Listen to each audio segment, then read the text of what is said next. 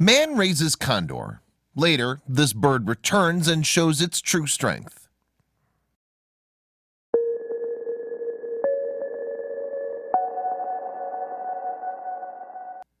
Edgardo was exhausted. His feet dragged along the dirt of his walk home. He'd gotten no sleep and stress was getting the best of him. Some of his cattle were ill and he worried their condition would only decline. He thought that day couldn't get any worse. But when a shadow fell upon them and his friend screamed, he knew today wasn't going to be a normal day. And when he looked up, he couldn't believe his eyes. Most days it was just Edgardo and his cattle. He tended to them, fed them, ensured they were healthy and safe. The ranch spanned for acres across Lancupue, Argentina. The only human contact he had most weeks was a friend who helped every now and again. For the most part, he liked being with animals over humans. Then one day he woke up to a strange noise coming from outside his home. Edgardo carefully opened his front door and stepped onto his porch. He was used to wild animals passing. Every now and then they'd try to find their way into the barn and steal some food. The wood groaned beneath his feet. He waited. Nothing. Just as he was about to go inside, he heard the noise again. This time he walked down the steps and discovered a creature hiding behind his bush. But when he saw what it was, he gasped. The creature was about the size of a turkey, with gray fluff surrounding its body and a small bald head. It looked like a prehistoric creature. Edgardo paused. If this was just the baby, he didn't want to see its mother. Was it a bird?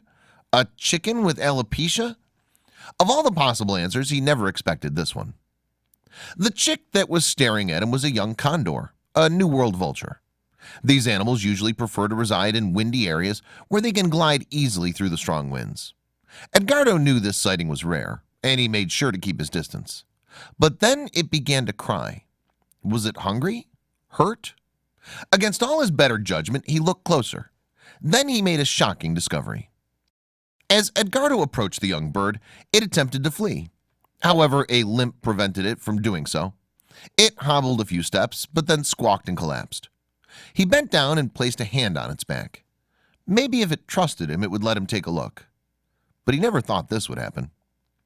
Edgardo immediately went online to find the best specialist of birds of prey. Although many would prefer to have a beast as a trophy pet, he did not. His mission? To rehabilitate the animal so it could live independently in the wild. He never intended to tame it, but if he was going to help this bird, he needed to make it strong. And he soon discovered what that would entail. Like any vulture, a condor survives by keeping their eyes on the ground for carrion. However, they prefer to feast on large animals. Unlike their ancestors, condors do not have claws as sharp as other predators. However, many still avoid these aggressive birds. Condors have not yet forgiven humans for hunting them for centuries. Edgardo named her Condorito and vowed to take care of her. He wasn't afraid, but he should have been. Edgardo went to the butcher's 3 times a week for scraps and leftover carcasses. He set up a nest for the animal in his shed, fearing she'd be trampled by the cattle in the barn. He thought the bird would settle and heal, and she did. But a month later, he returned from the ranch to find she'd disappeared. He thought he'd never see her again. But elephants aren't the only animals who never forget. That day, Edgardo decided to walk home from the ranch. The sun was scalding, but it made him feel awake, alive. He had a rough couple days. A few of the cows were sick from pneumonia. He and a friend had been out all night and all morning, keeping a close eye on them. Then a shadow was cast above him. Was it already night?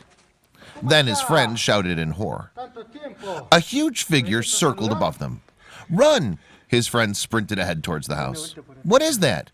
he panted as the dust rose from their footsteps. Then a black mass landed ahead of them, its wings spanning 10 feet wide. Edgardo paused. His friend fell in fear. What was it? What did it want? Then it ran towards Edgardo. His friend screamed as the animal jumped into Edgardo's arms. Then something clicked. "Condorito? Is that you?" He held her face and studied her eyes before she pushed her head into his chest. Finally, she had returned to him, but she had grown to a colossal size.